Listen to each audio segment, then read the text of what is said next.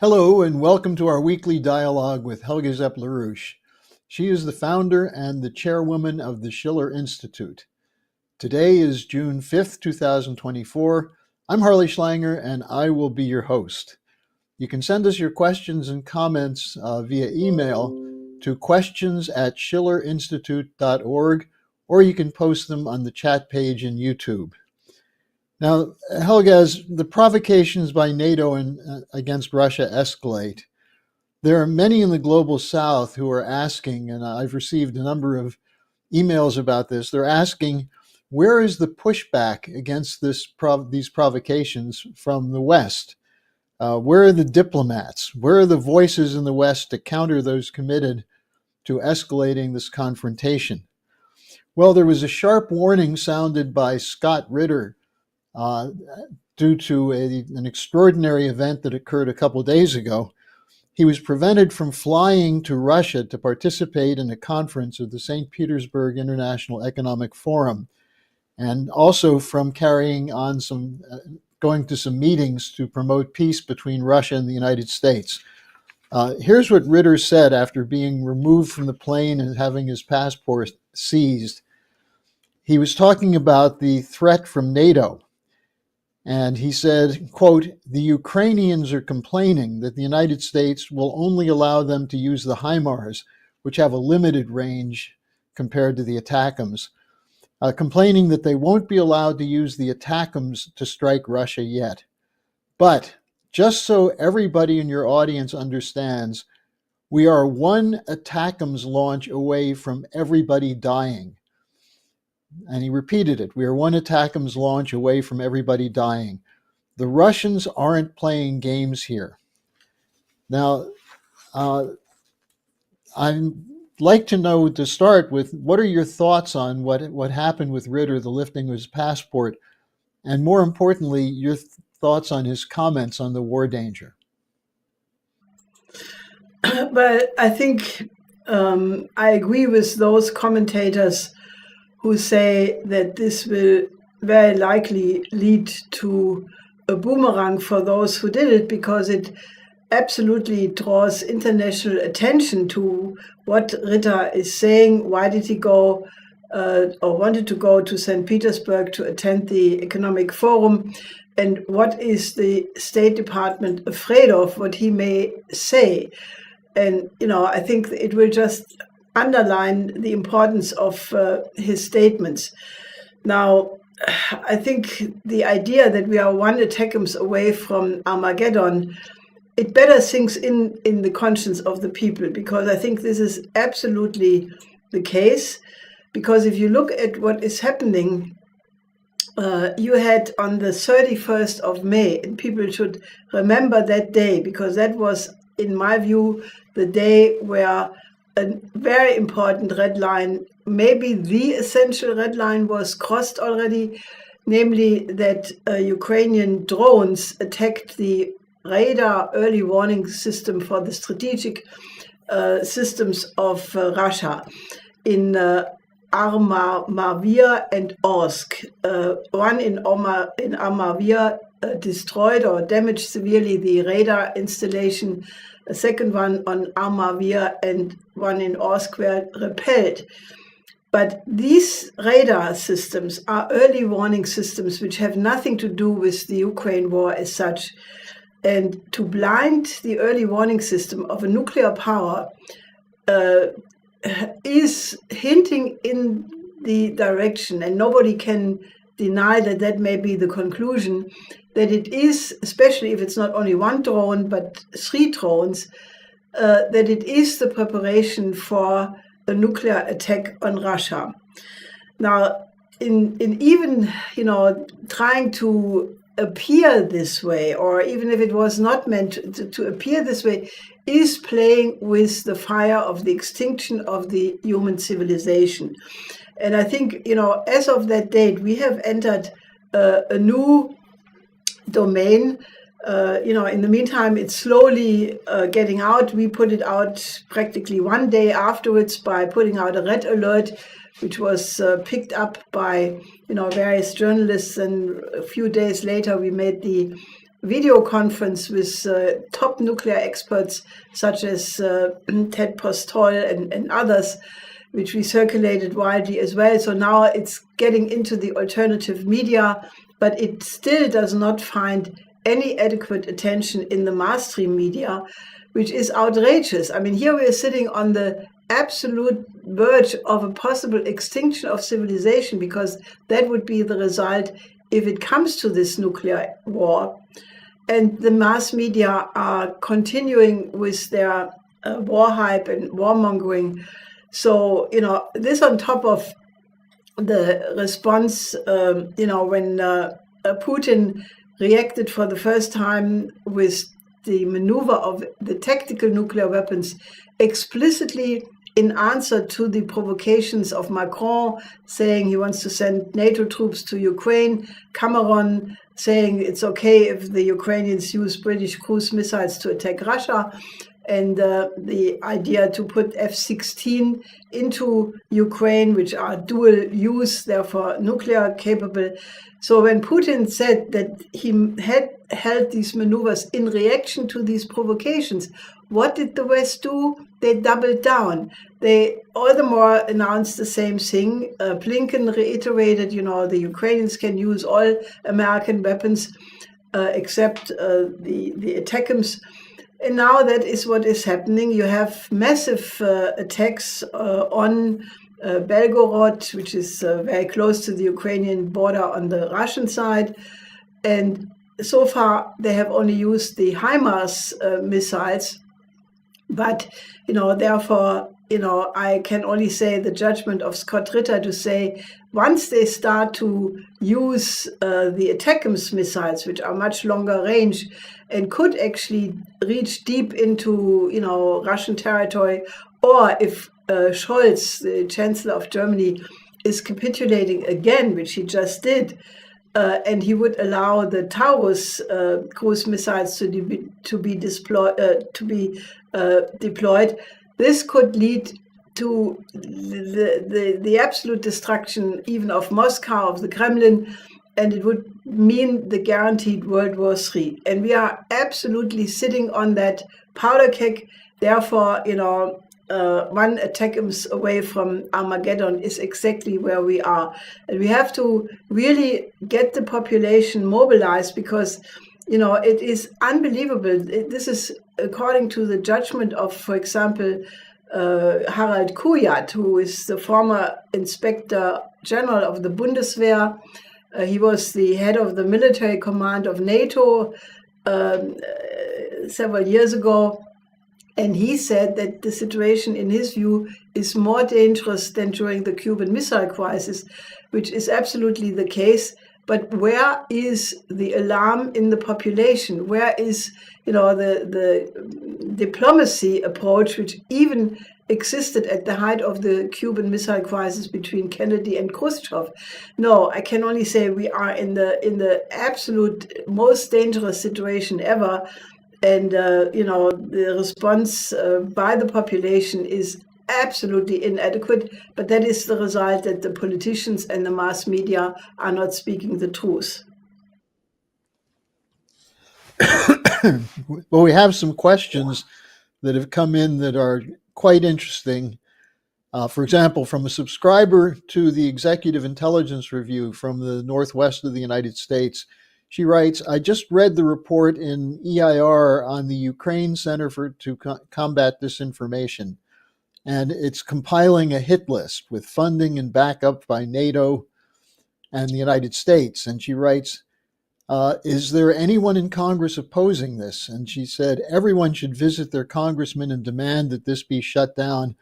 And she recommended that people write to us and subscribe to the EIR to get that report. What can you tell us about that, Helga? Yes, EIR compiled a dossier about these lists, the CCD list, the Molfa list, the Mirotvorets list. These are all lists which target people who supposedly are, siding with Russia. I mean, that as such is an insight. I myself and many other people on that list have their own mind. They don't need to be puppets of Russia to come to the conclusion what happened in the last 30 plus years before the Ukrainian war broke out. It's an insult to our intelligence. But, we compiled this and we put it in the context of the assassination attempt against the Slovakian Prime Minister Fico, who was on that list. So in the meantime, this list, or rather the dossier, has been published in, I think, Italian, French, Spanish, German. It has been posted on various websites. A podcast was made about it. So by now it is circulating rather widely, at least in the, I would say, alternative media. But, the fact that, Scott Ritter is on that list, and Ray McGowan for that matter, and several other people, the fact that Ritter did point to this in several of the interviews he gave after he was denied access to his trip to Istanbul, which was supposed to be then going to St. Petersburg. I think, he has put it on the table very frankly, that it is a complete scandal that the State Department is financing all of this. So I think, this is really something to be picked up not only by congressmen. I think any elected official in the United States, on state level, on city level, as well as parliamentarians in Europe and elsewhere. They can be also in Africa or in any place. At a point where we are really battling for the legitimacy of the entire system.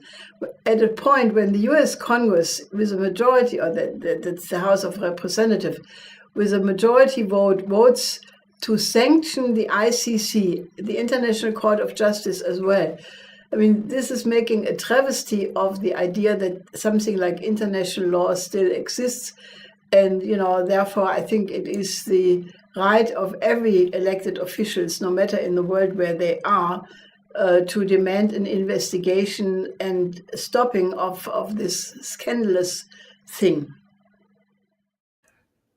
One example of what people can do is the model of Jose Vega, who's the congressional candidate now in the 15th Congressional District in New York, and Diane Sayre, his colleague, who's now the Senate candidate in New York, who have gone to numerous events and confronted the politicians who refuse to discuss seriously the ending of these wars, either the war in Ukraine or the Israeli genocide in Gaza. Now, let me go to another question, Helga, from, and before I do, if people have questions, send them to us, questions or comments, at questions@schillerinstitute.org. And Helga has time to take some of the questions still today. Here's something from South Africa. She writes, I'm concerned about attacks against BRICS members by the imperial powers. She mentions the Ukraine war against Russia, threats to go to war against China. And she said, now we see that the election in India, Modi was weakened, though he still has a majority. But in South Africa, the African National Congress lost its majority. And she writes, I don't think this is a coincidence, but part of a U.S. regime change apparatus. What do you think? Well, I think we indeed see such attacks. There was the terrible result of the Argentine election campaign, which brought into office a person who is qualified maybe for many things, but for sure not for the office he now occupies. Then you have the massive pressure by the IMF against Egypt. You have a massive effort by the United States to pull Saudi Arabia into a new treaty with Israel, promising all kinds of economic benefits, Saudi-American cooperation, in an obvious attempt, to weaken the determination of Saudi Arabia to be part of the BRICS.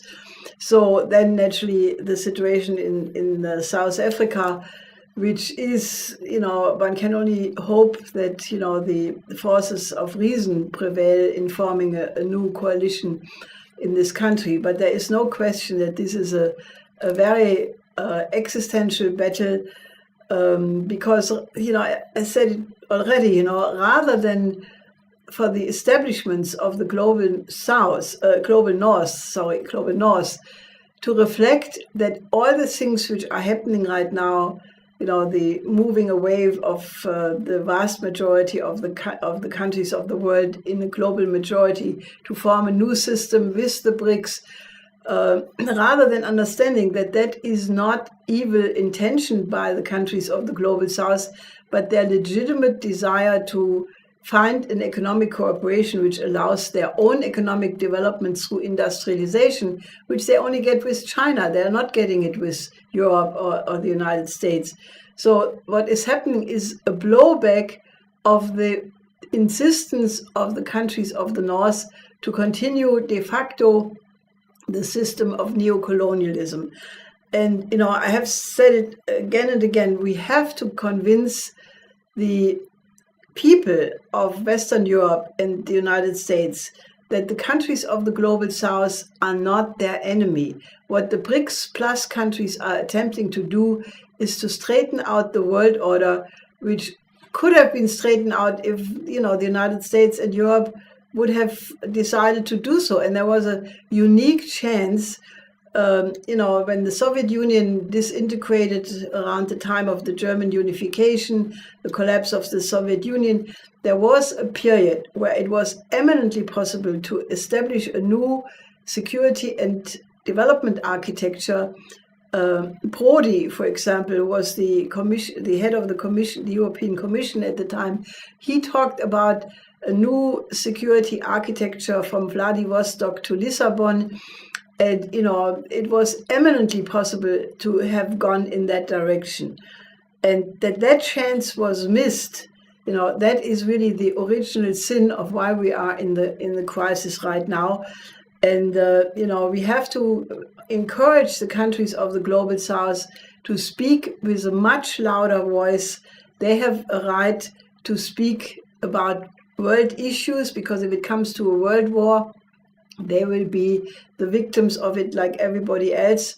And therefore, I can only encourage the countries of the global south to speak out more loudly so that the people in the West, in European nations, in the United States can actually hear what they have to say. Now, we have a couple of questions that are somewhat similar. I'll put them together for you. One is from Michael from Switzerland, I believe, who basically says that what's clear is that you have puppet regimes of Biden, Stoltenberg, von der Leyen, Macron, Schultz, and Strack, Zimmerman, and so on. And they're doing what they were told to do. So there's obviously fear, blackmail, and acting for personal profit or just out of fanaticism. And he says if this were exposed, what's behind this, the people who are doing the blackmail, then he thinks it would be the public would awaken and would move against it. Now, similarly, we have a question from Gabriel in Mexico, who is asking about how to preempt the adversaries of the move to a new security architecture so the OASIS plan can be implemented. And he said, what can be done to eliminate the influence of groups like AIPAC and similar institutions that are lobbying for the conflicts in Ukraine and Palestine? So if you can take those two questions together, how do we expose this and get people moving on it? Well, I think, unfortunately, there is no magic solution, but you have to organize. I think, from my observation, in every single country in Europe I know of, there is a bubbling underground, which is reflected in the social media, it's reflected in the alternative media, of people who are speaking very, very openly. And that means that the majority of people are, becoming aware of what's happening. The problem is that since they are not represented in the mainstream media, you don't get the impression that there are so many. And the only answer I have is that you have to become an organizer and use this webcast, for example. Use the videos from the IPC meetings, which we put on the Schiller Institute website now for a couple of times in a row, and probably keep doing it. Use other publications. We have Harley makes an update every morning. Use all of these things and spread them. If everybody who is listening would make sure that these these media products, which are just named, would be sent to all your contacts, all your friends, colleagues, networks you have, chat groups, I mean, every possible way, I think we could get a snowball system going, which, really would be a game changer, because I think if people would wake up, about this one ATACMS away, and if you see how many times, promises not to do a certain thing were broken. Schulz is, the continuous capitulating person in this whole situation. Nobody believes that he has any backbone at all by now. So if we would get a real mobilization of masses of people, I think we still could turn it around. Look, for example, what happened over the weekend in Hungary. Now, Prime Minister Viktor Orban, who is slandered a lot by the same media, he made a passionate speech in front of hundreds of thousands of people, where he basically accused NATO of preparing a war. He pledged that Hungary will not be a part of it. And he said this is all Soros financed. And, that is clearly to be proven, because Soros money sits in many institutions and, has been involved in the Maidan in Ukraine. And now there is a danger that a new Maidan is being organized in Georgia. The president of Georgia, by the way, warned of the same thing, that NATO is preparing a war. The president of Bulgaria, Radev, just put out an absolute stern warning in a press conference, saying that, we are on the verge of Armageddon. Serbian President Vucic has said similar things. So it's not monolithic. You already have several heads of state of Eastern Europe who are warning of this. And, they are not being reported honestly in the Western media. But if we would, really pick up on that, why is it that all of these heads of state are all of a sudden saying we are shortly before World War III? And that is the message we have to get out widely. Now, Helga, as we often do, we have a question for you from Germany, or actually it's from the United Kingdom, but it's about Germany. This woman writes, Helga, your country is in almost as big a mess as mine, the UK. We have an excuse. We suffer from having a monarchy and the City of London. But what excuse do the Germans have? Why is Germany's government so terrible? What happened to the spirit of '89? Well, I think what we have seen with Germany is really a tragedy, because Germany was once a country which had one of the most beautiful classical cultural periods in the whole history of mankind. If you look at the music tradition from Bach, Haydn, Mozart is not exactly German, but, German-speaking area, Beethoven, Schumann, Schubert. If you look at the poets of this period, Lessing, Schiller, Heine, I even can mention Goethe, and many others, and the many scientific contributions which came from Germany.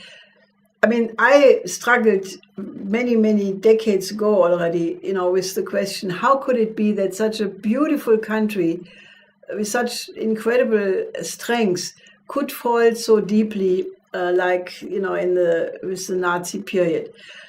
And, that's a long history. I have published a little booklet called The Hitler Book, where I looked into the influences which led up to Hitler taking power. But it didn't stop there. If you look at the history of the post-war period, the re-education through the Allied forces, the cultural manipulation of the Congress of Cultural Freedom. You could actually say this was an early form of cognitive manipulation, which is now being discussed, that is what NATO is doing as massive PR campaigns. Then the Frankfurt School. So you had many waves of manipulation. Many of them were really foreign intelligence operations, like the CCD, for example. CCF. But then basically you had this proud moment where Germany did actually gain its sovereignty through the peaceful revolution in '89 and the subsequent unification. But there a lot of things went wrong already. It was de facto usurped by the West. You had the the process where Germany did not define the unification according to its own interest, but there was already then pressure coming from the US, from British, from France, to self-contain through the giving up of the D-mark into the euro system. And then basically there was a very conscious effort to rewrite history. I mean, talking about revanchism, in the social democracy, for example, without the Ostpolitik of Willy Brandt and Egon Bahr, there would have been no peaceful unification. The idea of dialogue, even after the Soviet Union intervened in Czechoslovakia in '68, there were negotiations between NATO and the Soviet Union, out of which came the CSCE and the OSCE out of that. Nowadays, you have not even an attempt to negotiate. How did they do that? They changed the SPD leadership to now have a crop of, I don't want to be too forcefully here, but they know nothing. They basically say that the Ostpolitik was the problem, and they turn everything upside down. The Greens, look at what happened to the Greens. The Greens started as a anti-scientific neo-Malthusian Green Party, but they were for peace. They were sitting there knitting socks in the parliament, doing these kinds of things. And then, because you had somebody like Joschka Fischer as foreign minister, he completely changed the character by a massive manipulation, which led to the first illegitimate war of NATO against Yugoslavia in '99. And subsequent, you also have the Greens turning into their opposite. So you have already the SPD totally turned on their head, the Greens turned on their head. And, there is a phenomena called synarchism that's not known in Germany. It's outlawed there, which is, you try to find books about synarchism in German and you will find out there are none. But the synarchism was a tendency in France in particular in the 20s and 30s, which was the idea that you have to make sure that only those politicians who in a time of crisis make sure that not the interest of the common good is being followed, but the interest of the finance sector. And therefore you have to push those people into leading positions which make sure, that they vote in the right way and that they orchestrate things in the right way. And I think that has happened in Germany to an extent. For example, the former European head of BlackRock is now the head of the opposition party CDU, likely or possibly chancellor candidate if this present government is up for vote. So, that is exactly what has happened. And I think the only thing which will help against that is that you have enough state citizens standing up and taking responsibility for the future of their country. And, I think that is happening, but it's really an incredible moment where a lot of confusion is reigning. So therefore, I can only encourage you, rally around us, come to the Schiller Institute, work with us. We have the International Peace Coalition every Friday. Become part of that, spread the news about that, because, we are trying to be as truthful to principles and not interests. We also have the June 15th and 16th conference, which will be, I think you can find it on the Schiller Institute site, the link to register for that. Helga, I do have two more questions. I know we're coming up to our normal limit, but I think these are important. We have a questioner wrote in and said, you have the Zelensky conference in Switzerland coming up, which is a joke. It has no chance of doing anything because it leaves Russia out. But then you have what looks interesting developing between China and Brazil as a peace plan. Zelensky recently attacked China for not coming to his conference. Is there a way to break the stalemate so that there actually can be a negotiated settlement in Ukraine? Well, there better is, and I would assume that given the fact that not only do the leaders of the global south, the BRICS countries in particular, not go to Switzerland, but many of them go to St. Petersburg. The St. Petersburg Economic Forum just started today. It will go for altogether 3 days. And I think there are 17,000 or 25,000 participants, 70 countries, 3,000 major firms, and a lot of people who have also diplomatic matters to accomplish are presently gathering and meeting in St. Petersburg. So I would be very surprised if we cannot see a beefed up effort of this Chinese-Brazilian initiative, because that is the one which has the real potential to bring in peace, because it does involve Ukraine and Russia. And what a joke to invite Russia not. I mean, there can be no peace without Russia. Everybody who has any knowledge of diplomacy or history agrees with that. So let's hope that that initiative becomes more into the forefront. And finally, I have a question from a regular correspondent, Debashis, who I think you answered his first question, how do we get information out to our groups and family? But his next two questions are interesting. How do we keep our sanity? And how do we make the cognitive leap? Well, the two questions have the same answer. You have to, use your mind.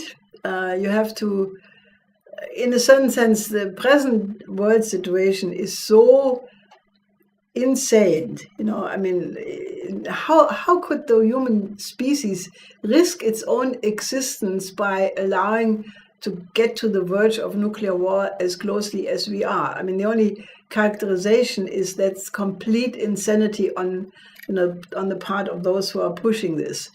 And I could name many other factors of the environment which are equally, or not equally, but are also pretty insane. The whole cultural situation in the West is just obnoxious. So what do? You have to have an inner strength by studying Schiller, by studying Dante, Pushkin. You have to listen to Bach, Mozart, Beethoven. And the more you do for your own creative development, where you really say you have to have the idea of conquering every area of human knowledge, because you always discover a new universe, a new dimension of our existence. That makes you happy because you realize you are alive in your mind. And when you use that new knowledge to teach others and make their life more rich, then you're also, socially happy. So I think that is the best. And if you are confronted with a big danger, just to sit there and watch it makes you depressed, especially when you are up against such incredible forces like we are up against.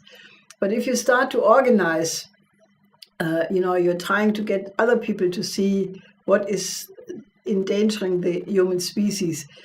it makes it completely manageable. So I can only say what keeps you sane is make sure your own mind is beautiful, and you're working on the beauty of your soul by trying to get rid of those systems in your own, those elements in your own system which are not so pretty. So you should get rid of those. Try to become a better human being through aesthetic education. Try to write a poem. Try to make other people happy by elevating their level of knowledge, and then it's quite manageable to remain happy and effective. Good advice. Thank you for that. And thank you for joining us today, Helga. We'll see you again next week. Yes, and get active with us and join on Friday the IPC meeting.